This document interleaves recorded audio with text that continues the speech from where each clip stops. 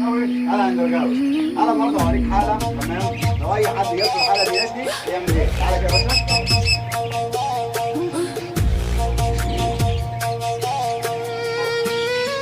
ده عصفور استراي. تمام، بص كده، شايفين عامل ازاي؟ شايف؟ دي كلها دهون، دي كلها كده دهون، دي مليسه. طيب النتايج المليسه اللي زي كده عمرها ما هتبيض، ولا عمرها هتشتغل، ولا عمرها هتطلع. طب انا عامه عايز اخليها تنتج وتطلع، هطلعها ازاي؟ بص معايا يا باشا، بكل سهوله هتنزل اسبوع بالظبط. تمام، خلي تفاح في الميه.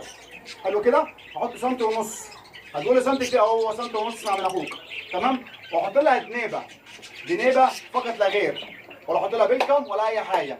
اعزل البكر من جنبيها عشان ما ينفعش البكر ياكل دنيبه ويخس اكتر مني، لا اعزل البكر، انا عايز اخسس النتايه بس. تمام، اخسس النتايه اعمل ايه؟ اخد النتايه لوحديها في المزجه ميه بخل. تمام، في الاكل بتاعها دنيبه فقط لا غير، ولا احط بلكم ولا احط فلارس. احط ايه؟ دنيبه فقط لا غير، دنيبه فقط لا غير. طيب بعد كده همشي الموضوع ده كده، همشيها اسبوع. اسبوع تشرب ميه بخل تفاح. تمام، ودنيبه، واحطها احاول اشوف لها قفص كبير زي كده مثلا.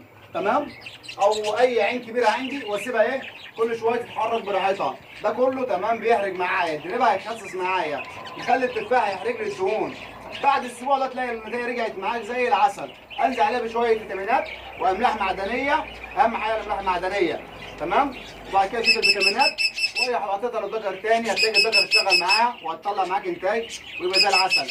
بس اهم حاجه وانت بتربي، تمام، ان كان عصفور او حمامه، وبالذات العصافير، لازم خلي التفاح، لازم خلي التفاح، خلي التفاح ما يخليهاش يوصل لكده. دي لو كان صاحبها شغال بخلي التفاح كان عمرها تمام هتلاقي سمن، بل بالعكس هتنتج معاه وتطلع.